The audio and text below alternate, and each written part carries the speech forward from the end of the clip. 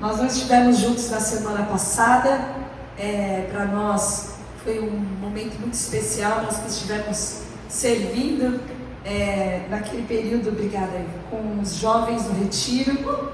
Essa altura do campeonato estava todo mundo reunido, fazendo pregações 1000 vezes melhor que a nossa, né?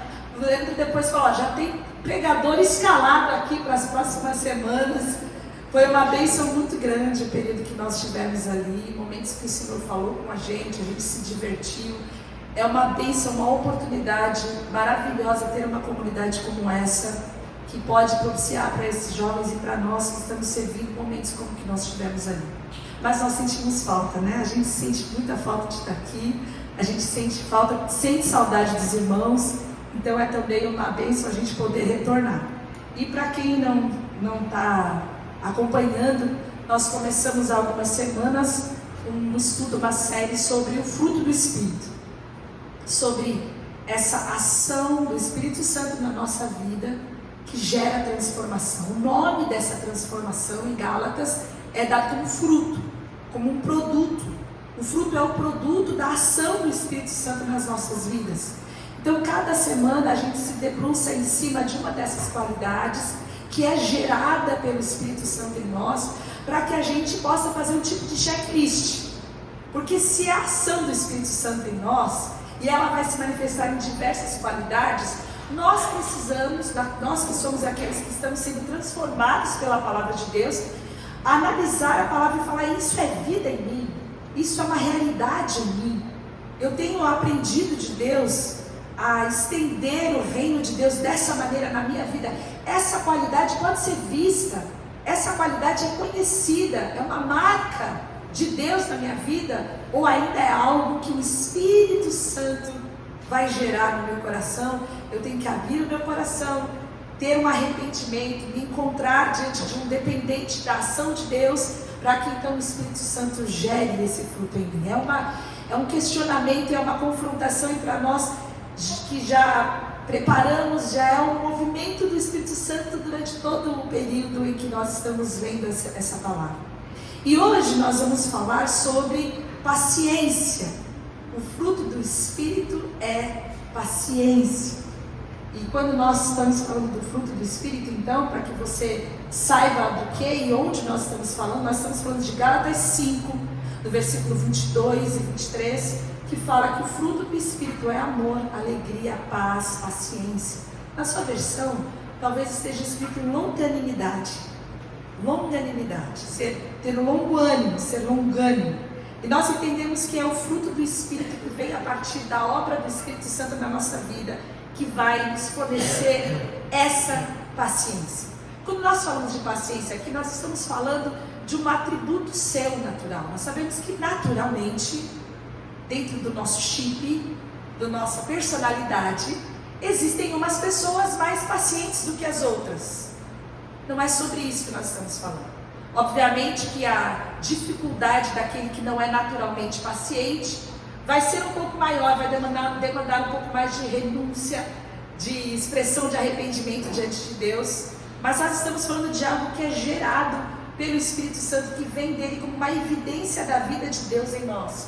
Quanto mais eu ouço essa doce voz que nós estávamos cantando aqui do Espírito Santo na minha vida, as minhas lutas, as minhas deficiências, os meus vazios, os meus buracos, aquilo onde eu não consigo expressar a graça de Deus, vão sendo preenchidos pela palavra, pela fé, pela confiança e pela liberdade que eu vou dando para que o Espírito Santo haja na minha vida. Então essas características, esse fruto, é a soma de todas essas qualidades, que são qualidades de Jesus, são qualidades de Deus. E a gente tem um certo jeito estranho de rotular os cristãos. A gente é julgador por natureza. Então quando a gente fala assim, quem é um cristão? Um cristão é aquele que não faz isso, não faz aquilo, que não faz aquilo outro. E às vezes a gente até estranha determinadas atitudes, nós rotulamos, esse aí está desviado, esse aí está perdido. Porque nós costumamos rotular as pessoas pelo que elas não fazem. Mas o mais interessante ao analisarmos esse fruto é que é um conjunto de qualidades positivas, que identificam um cristão naquilo que efetivamente eles estão brilhando da luz de Cristo. Isso nos coloca numa posição também um pouco mais desconfortável, porque às vezes é muito mais fácil a gente largar a velha vida do que viver com intensidade a vida de Deus. Só que conforme a gente vai vivendo essa realidade da vida de Deus, nós também vamos expressando a vida de Deus como sal e luz nessa terra. E esse é o nosso propósito. É só por isso que a gente ainda está por aqui. Porque Cristo precisa ser conhecido. Como que Cristo será conhecido? Quando nós formos a imagem de Cristo onde nós estamos colocados. Por isso que quando nós falamos de características, e dessas características do fruto, nós temos um compromisso que não é somente conosco e com o Senhor, mas a partir de hoje nós vamos ver 3 qualidades que são aspectos externos que afetam o meu comportamento, porque a paciência, a longanimidade, a benignidade, a bondade são aspectos relacionais do fruto. Se nós vimos anteriormente alguns aspectos que são interiores, sobre a alegria, a paz e o amor que estão guardados lá dentro, algo que nos alimenta e que as pessoas vão conviver conosco e elas vão sentir toda essa bondade, elas vão sentir isso através desses frutos externos, que é esse movimento que nós estamos fazendo a partir de agora. Então, quando nós falamos de paciência, a primeira coisa que nós costumamos fazer é ter a Deus como referência. Deus não pede de nós algo que Ele mesmo não seja, e Ele é a fonte daquilo tudo que nós estamos pretendendo viver, daquilo que nós precisamos ser transformados. Então, quando nós olhamos para Deus, nós conhecemos de Deus, Deus como sendo um Deus paciente. Você consegue ver Deus assim? Deus paciente. Você consegue entender as suas fragilidades, os seus erros, saber que se fosse você, você já tinha desistido de você, que Deus conhece o seu coração, que Deus conhece os seus pensamentos, que Deus vê onde ninguém vê, e mesmo assim, Ele nos ama com infinito amor e misericórdia. Bondade e misericórdia são derramados sobre as nossas vidas todos os dias, independente dos nossos movimentos, e isso é graça. Quando nós pensamos num Deus paciente, Salmos 86:15 fala: mas tu, Senhor, é um Deus compassivo, cheio de graça, paciente, grande em misericórdia e verdade. O que seria de nós sem um Deus compassivo, um Deus cheio de graça, um Deus de misericórdia? Números 14:18 fala que o Senhor é tardio em irar-se. A gente já está começando a falar um pouco do nosso assunto aqui. O Senhor é tardio em irar-se e Ele é rico em bondade. Quando nós entendemos quem o Senhor é, essa graça que nos atinge, um Deus que perdoa a iniquidade, um Deus que perdoa os nossos erros, e nós erramos de novo, e Ele perdoa de novo, e ao invés a gente errar diferente, a gente erra igual de novo, e Ele perdoa de novo, e se manifesta com um amor infinito. Tem um desejo verdadeiro em que nós sejamos melhores a cada dia. Esse é o nosso Deus. Quando nós entendemos que Deus é paciente, que Deus é longânimo, isso vem de ter um pavio longo, que demora a irar-se. Esse nosso Deus, que não explode com facilidade, Ele faz com que essa qualidade maravilhosa também seja gerada em nós. Por causa da palavra, por causa da presença do Espírito Santo. Nós que eventualmente teríamos uma natureza mais explosiva, agora percebemos que há uma ação do Espírito Santo em nós, para que nós também sejamos longânimos. Essa é o pedido de Paulo aos Efésios, no capítulo 4, versículo 1 a 3, eu colei só um pedacinho, mas ele fala: por isso eu, o prisioneiro do Senhor, peço que vocês vivam de maneira digna da vocação com que vocês foram chamados. Nós fomos chamados para viver vocacionados, para expressar a glória de Deus. Esse é o nosso chamado, esse é o nosso propósito, que a glória de Deus seja conhecida. E aí Paulo tem um pedido para fazer para vocês: vivam de maneira digna. Vocês foram chamados, vocês têm uma vocação, vivam de maneira digna. E ele vai falar que maneira digna é essa. Vocês têm que viver com humildade e mansidão, com longanimidade, que é essa paciência que nós estamos falando, suportando uns aos outros em amor e fazendo tudo para preservar a unidade do vínculo da paz. Esse é um jeito digno de se viver. Vocês entendem? É um jeito positivo. Não é, eu quero que vocês vivam de um jeito digno. Não façam isso, não façam aquilo. Não é sobre isso. É sobre nós termos uma transformação gerada pelo Espírito Santo, que vai fazer com que a cada dia nós tenhamos atitudes positivas para que o mundo conheça Cristo através de nós. E nós, entrando agora no nosso assunto sobre a paciência, temos um versículo que pode nos ajudar muito a entender como que a gente pode viver essa realidade. Ela está em Tiago 1, versículo 19 e 20. Vocês já conhecem muito esse versículo, nós já falamos muitas vezes sobre eles. E Tiago fala o seguinte: sabeis essas coisas, meus amados irmãos, todo homem, pois, seja pronto para ouvir, tardio para falar, tardio para se irar, porque a ira do homem não produz a justiça de Deus. Quando nós falamos sobre paciência, nós também temos que falar sobre ira. Uma coisa não está desconectada da outra. Quando nós falamos sobre termos uma atitude de paciência, a palavra em si, a gente vai chegar, quer dizer empurrar para longe a raiva, empurrar a ira para longe. Então nós precisamos saber o que é a ira. Sabe por quê? Porque na maioria das vezes a nossa ira, ela é justificada, não é? Alguém pergunta para você: por que você está irado? Você dá a razão, a pessoa fala: tá certo, tem que estar irado mesmo. A gente tem muitos jeitos de transferir as responsabilidades dos nossos atos iracundos e explosivos para outras pessoas. Aí você pergunta para mim: mas poxa, toda ira é uma ira carnal, é uma ira injusta? Não. Jesus, por exemplo, quando ele derrubou todas aquelas bancadas dos comerciantes ali dentro do templo, ele tinha uma ira zelosa. Ele estava de uma maneira cheia de santidade, de uma justa indignação. Aquela ira tinha origem em Deus. Aquilo era algo para que houvesse santidade no templo. Mas você concorda comigo que normalmente não é essa ira que a gente tem, certo? Dificilmente a nossa ira é uma ira santa, é uma ira zelosa. Dificilmente a gente se ira por causa da santidade de Deus. Na maioria das vezes, a ira que a gente tem é uma ira que ela tem uma origem no nossa índole, no nosso intuito, no nosso jeito de ser indignado. E eu quero propor, até para que a gente possa entender um pouco dessa ira e como ela se manifesta na nossa vida ou na vida de cada um. Ela se manifesta pelo menos de 3 maneiras. Essa ira que você vai conhecer muitas vezes é uma ira egoísta. Mas como assim? Que ira egoísta é essa? Essa ira é aquela explosão, aquela emoção negativa que a gente sente quando uma pessoa ou uma situação deixa de suprir a nossa necessidade.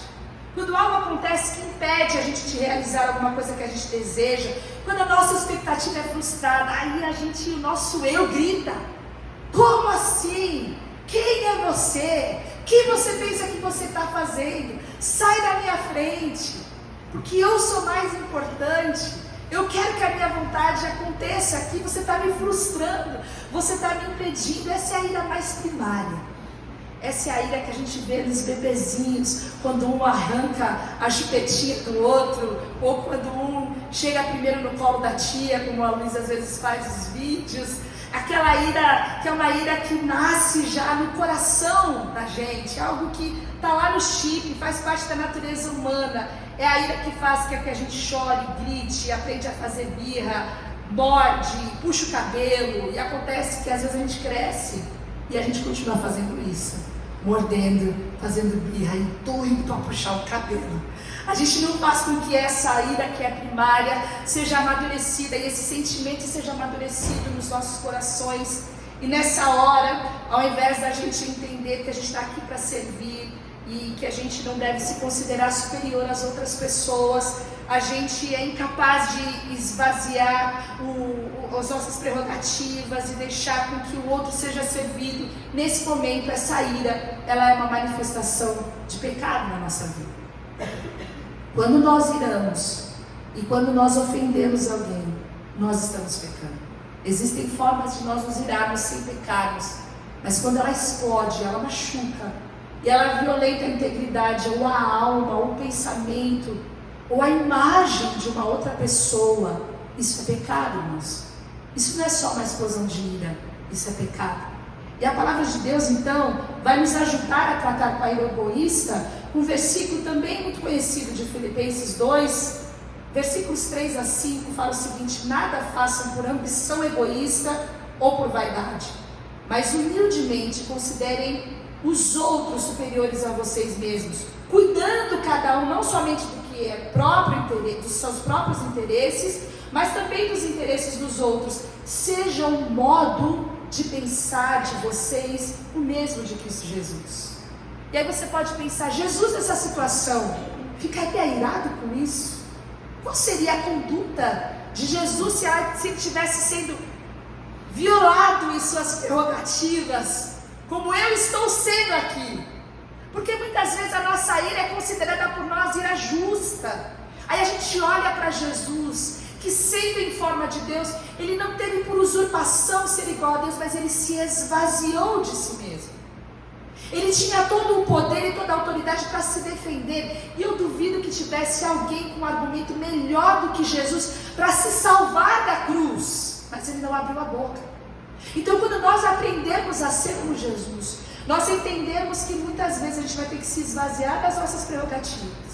E ao invés de agir por causa da nossa ambição egoísta, por causa do nosso desejo de estar em primeiro lugar, nosso desejo de não ter as nossas expectativas frustradas, que o bendito está estragando a nossa vida, a gente vai então se sujeitar ao domínio do Espírito Santo para que ele possa nos moldar à sua imagem. A segunda ira é a ira perfeccionista, que é aquela emoção ruim que a gente sente quando a gente exige demais das pessoas. Quando a gente exige dos outros ou até de nós mesmos, a gente alimenta uma ira, que é a ira da intolerância. Quando você olha e fala: não acredito que o sujeito está fazendo uma porcaria dessa. Você é intolerante. Você se coloca num lugar onde você não dá ao outro a oportunidade de errar, nem pela segunda, nem pela quinta, nem pela 20ª vez. Mas quando nós fazemos isso, nós somos intolerantes, às vezes a nossa ira é conosco mesmos, diante das situações que nós nos encontramos, ou mesmo até com Deus, porque nós queríamos que as coisas fossem perfeitas, fossem melhores, e as coisas não acontecem como deveriam acontecer. Nós nos esquecemos das misericórdias do Senhor. A cura para essa ira perfeccionista de exigir das pessoas, ela está em nós encontrarmos a nós mesmos diante da graça de Deus. E em Lamentações 3:22 fala: graças ao grande amor do Senhor é que não somos consumidos, pois as suas misericórdias são inesgotáveis. Há uma graça sendo renovada sobre nós todos os dias, e o único motivo da gente estar vivo aqui, da gente não ter sido apagado como uma fumaça, é por causa da misericórdia do Senhor. Mas às vezes nós não agimos com misericórdia. Às vezes nós somos duros, exigentes, machucamos e ferimos as pessoas com as nossas palavras.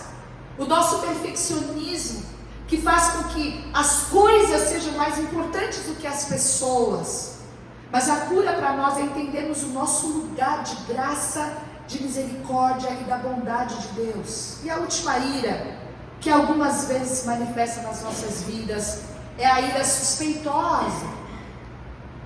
É aquele momento em que a gente sente que a gente está sendo machucado por alguém de uma forma intencional. A gente cria uma paranoia, e a gente tem uma habilidade incrível de mal interpretar atitudes, palavras, posturas, gestos e intenções das outras pessoas.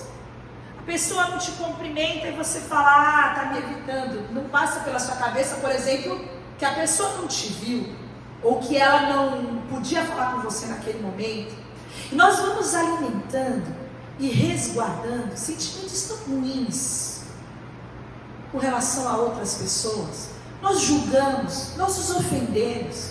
Daqui a pouco a gente olha as pessoas como inimigos, sendo que muitas vezes nem eles sabem o que a nós fizeram.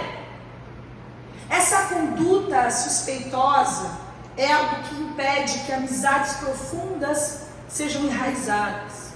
Porque a qualquer movimento de má interpretação, nós suspeitamos mal e mais uma pessoa é apagada da nossa vida. Mais uma pessoa sai da nossa história. Mais uma rua que eu vou ter que atravessar para não ter que cumprimentar. Mais uma pessoa que agora não posso mais me sentar naquela mesa. Nós vamos alimentando sentimentos ruins por má interpretação e por não fazermos aquilo que a palavra de Deus fala, porque a palavra de Deus fala que nós precisamos amar e nós precisamos perdoar. Mateus 7 traz a cura para o nosso coração quando fala o seguinte: por que você por que vê o cisco no olho do seu irmão, mas não repara na trave que está no seu próprio? Ou como você dirá ao seu irmão: deixe que eu tire o cisco do seu olho, quando você tem uma trave no seu próprio? Hipócrita, tire primeiro a trave do seu olho, então você verá claramente para tirar o cisco do olho do seu irmão. Muitas vezes nós estamos irados e nós temos atitudes de indignação e nós cancelamos as pessoas, nós bloqueamos as pessoas, nós matamos essas pessoas das nossas vidas. Nós não vemos que nós cometemos erros às vezes muito piores. É mais uma vez debaixo da graça de Deus, debaixo de uma autoanálise, tirando de nós toda a hipocrisia, que nós vamos ver que muitas vezes nós somos os ofensores e não os ofendidos. A palavra de Deus então vai nos demonstrar a viver de um modo como um povo escolhido de Deus. Viver como gente crente, viver como cristão, não é viver como todo mundo. Eu quero dizer para você, se você antes de Jesus se autodenominava alguém irado, alguém explosivo, alguém que dizia tudo o que você queria, alguém que era o sincerão, você agora está sendo constrangido pela palavra a ser diferente, a ser amável. Na verdade, a palavra de Deus fala que nós somos um povo escolhido de Deus, santo e amado. Nós precisamos nos vestir, nós precisamos expressar na nossa vida profunda compaixão, bondade, humildade, mansidão e paciência. Vestido é aquilo que a pessoa vê quando ela olha para você. Ela vê como você está vestido, ela observa, ela te identifica. E aqui a palavra fala: você tem que estar vestido. É assim que as pessoas vão te ver. É dessa forma que as pessoas vão te identificar. É dessa forma que eles vão conhecer. Está vendo aquele ali de camiseta marrom lá no fundo? Esse é o vestido dele, essa é a roupa dele. E ele vai falar: então ele é cheio de humildade, é cheio de compaixão, profunda compaixão. Ele é cheio de bondade, mansidão e paciência. Esse é o nosso vestido. É assim que o mundo nos vê. Essa é a nossa grande meta, é o nosso desafio.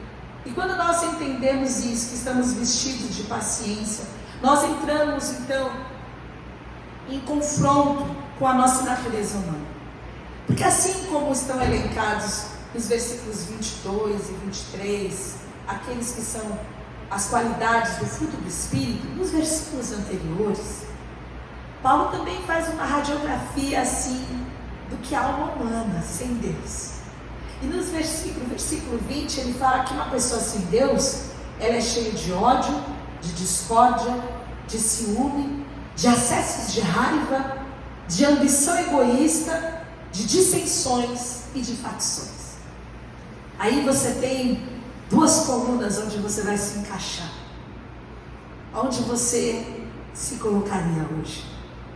Será que você é a pessoa que tem essa profunda compaixão, bondade, humildade, mansidão e paciência? Esse é o seu vestido? Ou o seu vestido é um ódio, uma discórdia, são ciúmes, são acessos de raiva, uma ambição egoísta, dissensões, quer dizer, quando você separa, quando você tem uma briga, quando não há conciliação, facções, divisões. Onde que a gente se enquadra? Qual que é a nossa marca? Qual que é o nosso vestido? E se a gente não se render conscientemente a Jesus, diariamente, constantemente, a gente vai continuar expressando as nossas falhas carnais, porque essa é a nossa natureza. É contra isso que nós lutamos.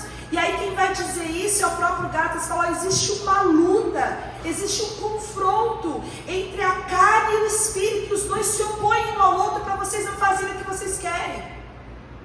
Há uma luta constante entre o meu acesso de raiva e a paciência gerada pelo Espírito Santo, entre a minha ambição egoísta e o desejo de servir com humildade, meu irmão. É um confronto, é um conflito. Isso não é uma característica, uma prerrogativa só sua. Está todo mundo junto aqui no mesmo barco há muito tempo e a gente continua lutando contra as mesmas coisas. Mas quanto mais nós deixamos que o Espírito Santo seja moldado em nós, mais nós vamos experimentar essa transformação. E essa paciência que nós estamos falando hoje não é a paciência chamada resiliência. Não é aquela paciência que no original é o pomoné, que quer dizer sobre as circunstâncias da vida, sobre as situações que acontecem, sobre o leite que sobe da jarra e suja todo o fogão que acabou de limpar. É sobre essas coisas. É sobre confrontos pessoais.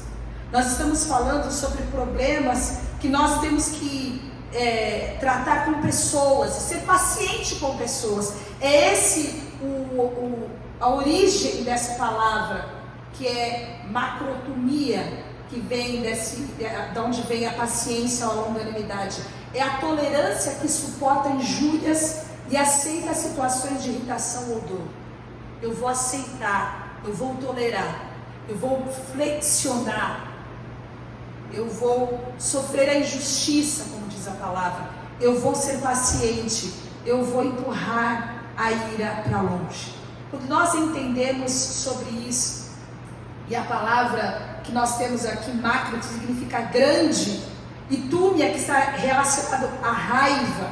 Então é uma pessoa que empurra essa raiva para longe, a pessoa que não tem acessos de raiva, ela entende que a paciência é uma restrição, é algo que ela vai sofrer para não retaliar.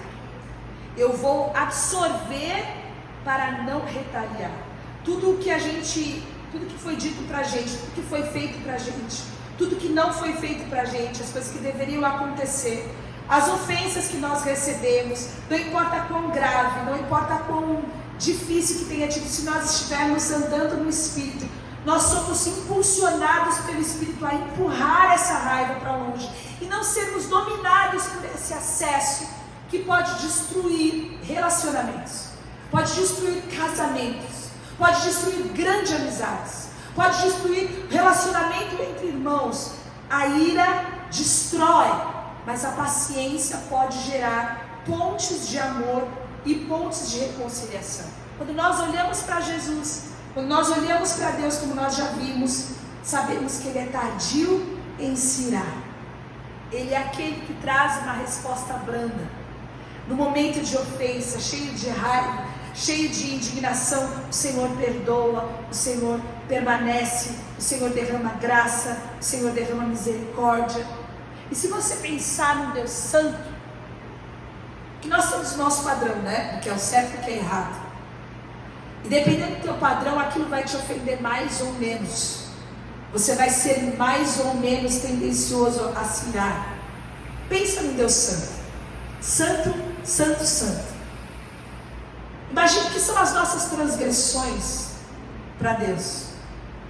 E aí você imagina também a capacidade desse Deus de se irar com as nossas atitudes infames. Quando nós olhamos para Deus, Ele é um exemplo para nós de paciência. Ele é um exemplo para nós de perdão e de graça. Então nós fomos chamados a perdoar 70 vezes 7. Fomos chamados a perdoar os nossos inimigos. Fomos chamados a perdoar para que nós possamos perdoar. E essa expressão da paciência é talvez a mais próxima do perdão. É talvez a mais próxima daquilo que vai permanecer relacionamentos em momentos de adversidade, de indignação. Se você for paciente, se você permitir que a graça de Deus derrame misericórdia ali naquele momento, você salva uma relação. E é sobre isso que nós precisamos ser tratados, para que o nosso caráter seja marcado por benignidade, por graça e por perdão de Deus. Esse é o tipo de gente que Deus quer que a gente seja. Andando com Deus, sendo gerados pelo Espírito Santo, nós não vamos ser vingativos, nós não vamos retalhar, nós não vamos ser hostis, nós não vamos demonstrar raiva, não vamos ter explosões onde nós vamos falar um monte de coisas que a gente se arrepende no segundo minuto. Não, nós não vamos viver isso. A nossa raiva vai ser contida pela graça e pelo amor de Deus. Aí você fala, de onde vem isso? Como eu vou ter essa ação na minha vida? Haja Prozac, Vivance, essas coisas todas, não é sobre isso também. É a ação do Espírito Santo na nossa vida. É Deus falando com a gente, é o Espírito Santo que vai nos controlar. É o Espírito Santo que vai agir em nós. É quando o nosso temperamento fica sob a direção do Espírito Santo. Essas qualidades de caráter semelhante a Cristo são resultado da graça, mas também são construídas em nossas vidas de acordo com as escolhas que nós fazemos.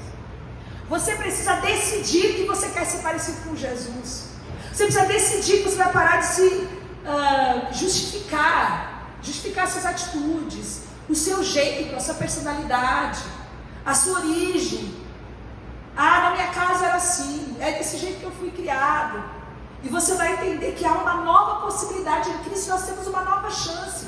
Abre-se uma nova porta em Cristo, uma porta de graça, de transformação, para que a gente possa expressar essa vida. Porque se nós vivermos no Espírito, nós temos que andar, progredir, prosperar, prosseguir, evoluir no Espírito. Isso é o que a palavra fala. Como então que nós vamos gerar esse fruto? Como que isso vai acontecer na nossa vida? E eu vou te dar algumas dicas com alguns versículos que podem te ajudar. O primeiro deles, olhe para as pessoas irritantes através dos olhos de Jesus. Veja, você não vai conseguir controlar as pessoas. Você convive com pessoas irritantes? Você convive com uma gente assim que só de passar lá longe fala, chegou, veio hoje. A gente tem como mudar essas pessoas. Elas estão de Jesus. Você fala de Jesus para elas já? Você já orou por elas? Se não for Jesus, na verdade, a gente que está aqui orando não é transformado. Como é que a gente quer que as pessoas mudem? Agora imagina, você casa com uma pessoa irritante. A música da pessoa irritante. Como você faz? A palavra de Deus fala, olhe para as pessoas irritantes através dos olhos de Jesus. Onde está isso? No livro do texto que a gente já leu. Em Filipenses 2:3, não faça nada por ambição egoísta, pensando só em você, só no seu jeito, só de você ser privilegiado, mas com humildade, considere os outros melhores do que você. E aí nós precisamos ver as pessoas como Jesus, e a gente ser muito menos intolerante, sabe? Impaciente, se a gente conseguisse amar como Jesus, e entender as necessidades, as limitações das pessoas. Olhe para as pessoas irritantes com esses olhos. E ao invés de tentar colocar as pessoas no seu lugar, tente se colocar no lugar dessas pessoas. Tente fazer isso. Olhe para as pessoas com o olhar de Jesus. Se tiver alguém irritado perto de você, que vier contar uma história muito brava, você pergunta para a pessoa, você já olhou para essa pessoa com os olhos de Jesus? Pode ser que a pessoa também xingue naquele momento. Mas não ensine isso. A que as pessoas olhem umas para as outras com amor, com perdão, com graça, com misericórdia. A segunda coisa é aprenda com pessoas pacientes. Porque a raiva é contagiosa, não é? Nossa, cadê o terceiro elemento aqui para a gente poder dividir? A raiva é contagiosa. Você já não ficou com raiva de alguém depois que você ouviu uma história? Não ficou? Eu já fiquei. Aquilo pega, gente. Às vezes você chega num lugar que está todo mundo muito nervoso, você fala, melhor eu sair correndo daqui, senão daqui a pouco eu vou ser o próximo. A raiva pega. Onde está escrito isso? Em Provérbios 22, no capítulo 22, versículo 24 e 25, fala, não se associe com quem vive de mau humor. Olha, vocês que estão namorando, prestem atenção. Não se associe com quem vive de mau humor. Nem ande em companhia de quem facilmente se ira. Não ande. A pessoa está irada. Não ande em companhia. Quem está falando isso é a palavra de Deus. Do contrário, você acabará imitando essa conduta e cairá em armadilha mortal. A raiva pega. A raiva pega. Daqui a pouco você está com raiva também, está indignado também, está falando bravo também, está nervoso também. Pega. Está aqui na palavra de Deus. Então, aprenda com pessoas pacientes. Esteja próximo de pessoas que têm o fruto do Espírito gerado. Consulte com um irmão, com um conselheiro. Escuta, estou passando por isso, isso e isso. Está acontecendo isso e isso em minha vida. Permita que o conselho abençoador possa apaziguar o seu coração. Sabe? Quando aquele irmão abençoado, cheio da graça de Deus, joga um balde de água gelada e esse coração fala assim... Você se acalma, você começa a olhar com os olhos de Jesus, você começa a compreender o seu irmão, você vê que a graça de Deus em você, se cerca de pessoas abençoadoras, pacientes. Terceira coisa, libere a sua raiva adequadamente. Efésios 4:26 fala: quando vocês ficarem irados, não pequem. Não pequem. Apaziguem sua ira antes que o sol se ponha e não dê lugar ao diabo. Então existe uma forma de eu estar irado, de eu apaziguar a minha ira, sem dar lugar ao diabo. Eu tenho que tratar com a ira, porque, irmãos, felizmente essa é a parte aqui, nós não mudamos as pessoas irritantes estão à nossa volta. Nós vamos continuar com a nossa maneira de controle, de perfeccionismo, querendo que as pessoas façam o que a gente quer que elas façam, no tempo que a gente quer que elas façam, e do jeito que a gente quer que elas façam, e elas não vão fazer. Não vai acontecer. Não vai acontecer na sua casa, não vai acontecer com seus filhos, não vai acontecer com seu marido, com a sua mulher, com o seu chefe, nem com o seu subordinado. Não vai acontecer. Então a ira vai subir, a ira vai chegar, e nós precisamos lidar com ela, a fim de que a paciência seja sobrepujada a um momento de ira, e a ira não nos vista como carnais. De que forma nós podemos fazer isso? Ficar com raiva e não pecar? E eu quero te propor 3 formas. Existem 3 formas. As 2 primeiras são as mais usáveis, e as 2 primeiras não funcionam. A primeira, que nós, muitas vezes, que estamos querendo caminhar com o Senhor, nós achamos que é o jeito certo de fazer, é suprimir. Você sai e conta até 10. Deixa tudo aquilo guardado e fica ali que nem uma panela de pressão. Você suprime, você engole, você acha que você é capaz de suportar aquela situação, e o que acontece é que quando você faz isso muito tempo, e às vezes você está numa relação tóxica, essa não é a vontade de Deus para você. Deus não quer isso de nós. É que a gente acaba adoecendo, sabe, na nossa alma. Muitas pessoas têm depressão por causa dessa supressão, dessa raiva interiorizada. E Hebreus 12:15 fala que nenhuma raiz de amargura brote e cause perturbação, contaminando a muitos. Quando nós suprimimos, existe uma raiz, existe uma amargura, existe algo que fica encruado dentro de nós. Não é porque a gente não explodiu que a gente ficou bem, não é porque a gente não explodiu que a gente teve a paz de Deus, não é porque a gente não explodiu que a gente às vezes fica pensando no que a gente não falou por 3 dias. Você reinventa inúmeras formas de responder aquilo. Você não perdoou, você não superou, não houve fruto nenhum do Espírito sendo gerado ali. Você só engoliu, e a tua raiva aumenta a cada vez que você se lembra que você devia ter explodido, você não explodiu. Isso não é o que Deus quer. A segunda forma é a forma que as pessoas estão aprendendo como sendo um jeito bom de você ter uma higiene mental, esse estresse. Você vai dizer que você tem que falar que com ferro fere, com ferro será ferido. Escreveu, não leu, é analfabeto. Você vai ali tendo várias situações e justificativas para você ofender na mesma medida, para você entrar no ciclo da ira e da indignação. Mas Provérbios 29:11 fala que o tolo, o insensato, aquele que não tem a evolução mais sábio, ele dá vazão à sua ira, ele explode, ele expressa. Mas o homem sábio se mantém sob controle. O homem sábio, ele não vai expressar. Mas se eu não posso suprimir, e se eu não posso expressar, o que me sobra?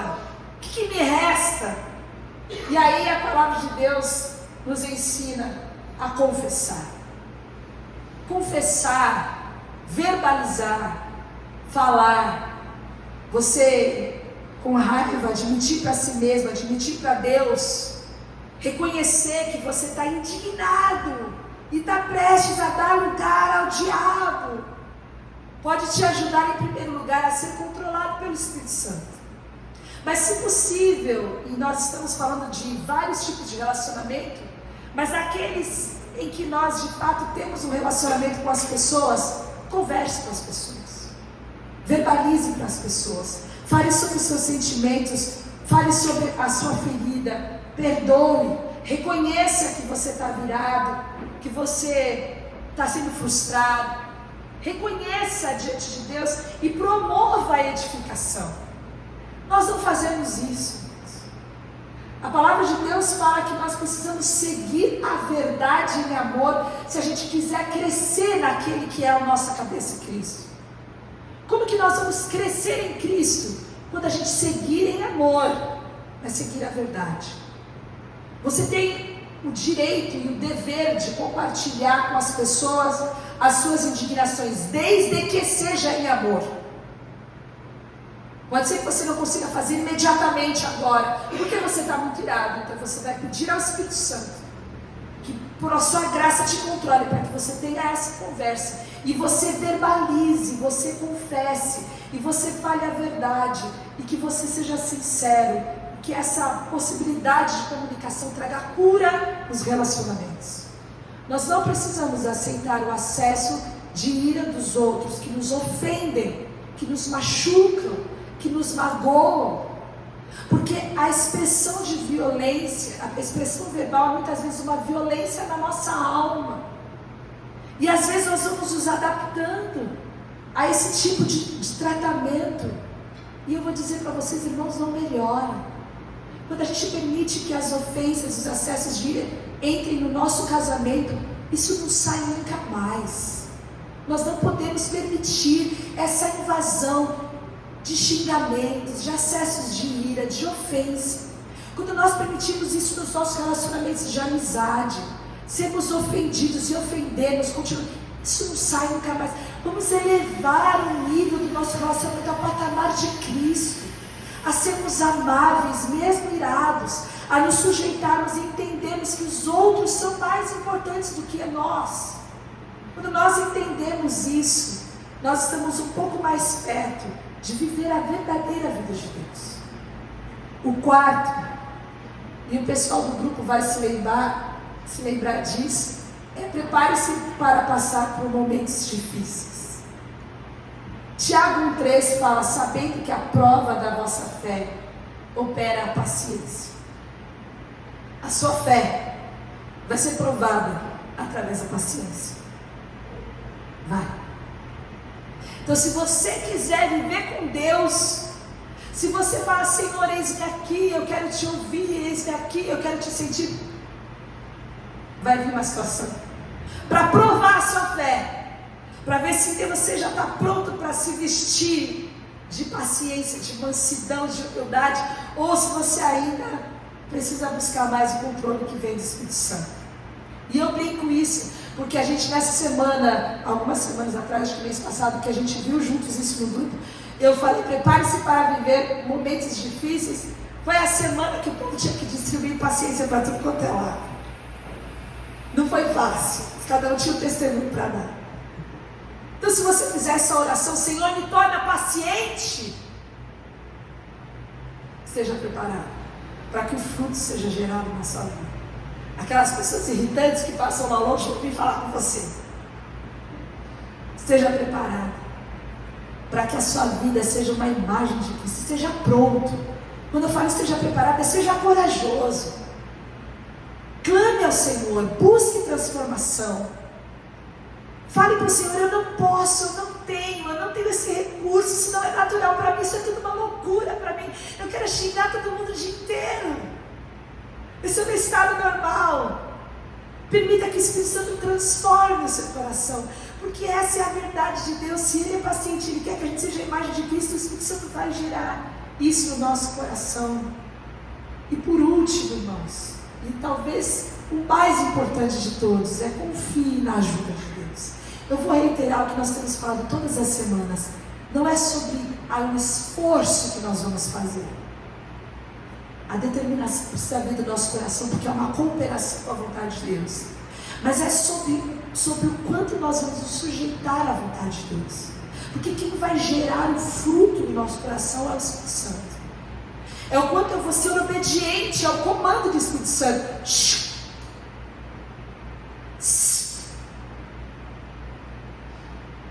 Quanto que eu vou ouvir a voz do Espírito Santo. Quanto eu vou estar disposta a me sujeitar, a olhar as pessoas com graça. O quanto eu vou estar disposta a expressar e verbalizar com verdade de amor os meus sentimentos. O quanto eu vou estar disposta a aprender com pessoas pacientes e me afastar de momentos e situações iracundas. O quanto que eu vou estar de fato disposta a permitir que a paz seja apaziguada no meu coração. A estar preparada para passar por esses momentos difíceis e a confiar no Senhor. A confiar que Ele é poderoso para transformar o meu coração. Salmos 145:8 fala: o Senhor é gracioso e compassivo, é lento para irar-se e Ele é rico em amor. Ele é a fonte de todo amor, de toda paciência, de toda graça, de toda misericórdia. E tudo que nós fazemos, que é com base na nossa personalidade, que é com base no nosso jeito, que tem as nossas justificativas como embasamento, é o nosso vestido de carne. E o chamado de Deus é para que a gente se vista de Cristo, para que a gente se vista de profunda compaixão, de humildade, de mansidão e de paciência. Gálatas 5:16, eu já falei esse versículo hoje, fala: se nós vivemos pelo Espírito, se você viver pelo Espírito, você não vai satisfazer os desejos da sua natureza pecaminosa. Viva pelo Espírito. Viva pela graça de Deus. Preste atenção. Qual é a sua marca? Como você é conhecido? Qual é o rastro que você está deixando? Qual é o perfume que você está deixando? É o bom perfume de Cristo. Você precisa dessa transformação. Você necessita viver. Irmãos, nós estamos falando só sobre as pessoas. Esse é um fruto que vai ter um aspecto externo, obviamente, que ele vai manifestar a paz de Deus que já está sendo gerada no nosso coração. Mas nós estamos falando de uma qualidade de vida. Nós estamos falando não só de higiene da mente, das emoções, mas também das nossas relações, do tipo de manifestação que nós vamos ter ao nos relacionar com as pessoas. Como nós vamos ser conhecidos? Que graça, que profundidade e que verdade que vai ter na nossa relação com as pessoas. Porque um dos maiores impedimentos que nós temos somos nós mesmos. Nós temos a trave, mas nós gostamos de mostrar o cisco do outro. Eu quero terminar com uma oração de Paulo. E ele fala o seguinte: por essa razão, desde o dia em que ouvimos, não deixamos de orar por vocês. E qual é o pedido que Paulo fala?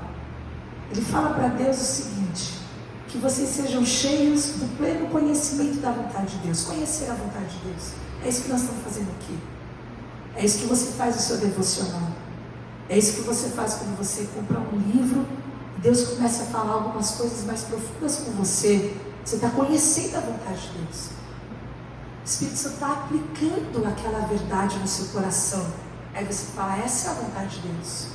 Então que você seja cheio desse conhecimento, com toda a sabedoria e entendimento espiritual. E para isso, que vocês vivam de maneira digna do Senhor, e em tudo possam agradá-lo, frutificando em toda boa obra, crescendo no conhecimento de Deus e sendo fortalecidos com todo o poder, de acordo com a força da sua glória, para que tenham toda a perseverança e paciência com alegria.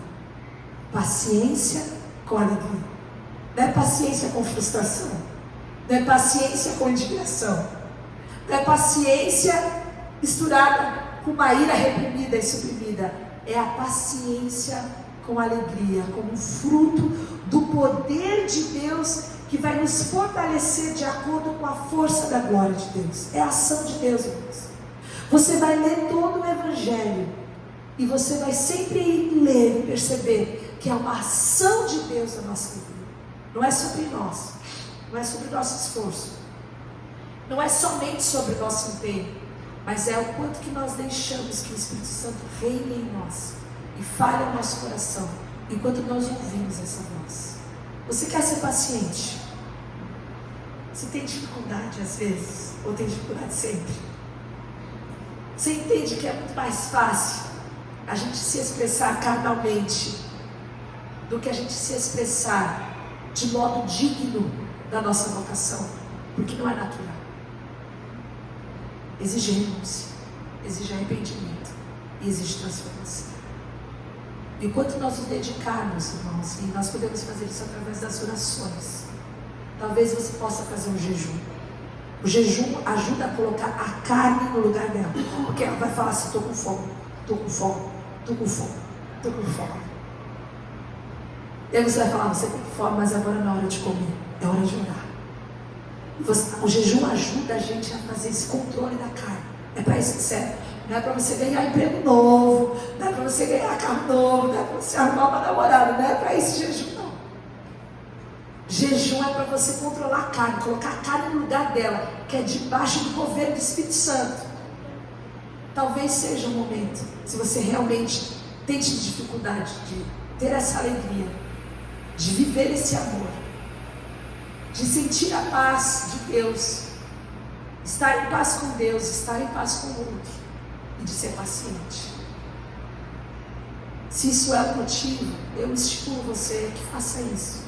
Você pode conversar comigo depois, com alguém que talvez entenda um pouco mais, para falar um pouco sobre jejum. E talvez seja o momento de você renunciar aos desejos tão gritantes da sua carne, para se sujeitar mais ao Espírito. Quando a nossa carne está falando mais alto que o Espírito, tem alguma coisa errada. Porque o Espírito Santo habita dentro de nós e a voz dele é poderosa, é como o som de muitas águas. Se a tua carne está gritando mais que o som poderoso do Espírito Santo, está na hora de ser colocada no lugar dela. Mas nós podemos orar por isso. O que a gente pode fazer hoje, eu quero convidar você a fazer essa primeira oração, a você colocar o seu coração diante de Deus. Os pontos sensíveis, talvez você não tenha nenhum tipo de dificuldade de ser paciente, mas se isso é um ponto sensível a você, que o Espírito Santo te dê graça. Você vai sentir e perceber a paz de Deus fluindo muito mais facilmente na sua vida, no seu coração, na sua mente, na sua alma. Quando você se designa a fazer a vontade de Deus, você se destina, você se coloca debaixo da vontade de Deus. Vamos orar por isso.